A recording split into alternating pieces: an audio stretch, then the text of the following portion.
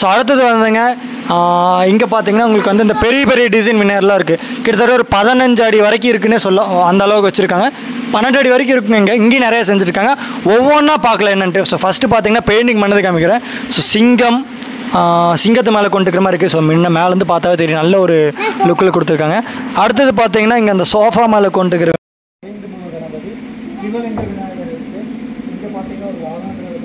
இதெல்லாம் புது மாடல் சீக்கிரம் சேல் ஆயிருங்க. ரொம்ப ரொம்ப பிடிச்ச விநாயகர்னு பார்த்தீங்கன்னா இங்கே பார்த்தீங்கன்னா இந்த விநாயகர் ரொம்ப 2 மைல் அன்னப்பறம் போட்டு பார்க்க நல்ல செம்மையாக இருக்குங்க. விநாயகர் கொடுத்துருங்க. ஆக்சுவலாக இந்த லைன்லாம் நிறைய அப்படியே உங்களுக்கு போய் காமிக்கிற பாருங்க. அடுத்தது பார்த்தீங்கன்னா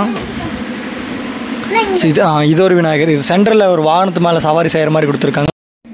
மயில் விநாயகர் நிறைய இருக்குது, நிறைய சேலாக இருக்குது. நிறைய மயில் விநாயகர் கொடுத்துருக்காங்க. இங்கே பார்த்தாவே தெரியும்னு நினைக்கிறேன். அங்கே ஒன்று இருக்குது, இங்கே ஒன்று இருக்குது. வாங்க வாங்க அப்படியே.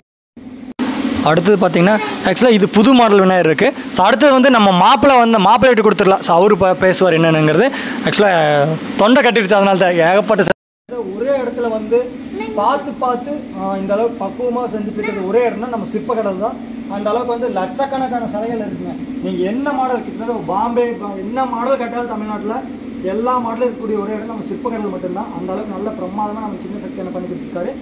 ஃபைனல் வீடியோவில் தரமான மாடல் மீட் பண்ணி பேசுவோம். அடுத்து வந்து நம்ம மாப்பிள்ளை பார்ப்பாரு. நம்ம ஒவ்வொரு வீடியோ பார்த்துருப்போம். மாப்பிள்ளை தான் பேசுவார். ஸோ ஓகே, எங்கள் மாப்பிள்ளை எடுத்து கொடுத்துருவோம்.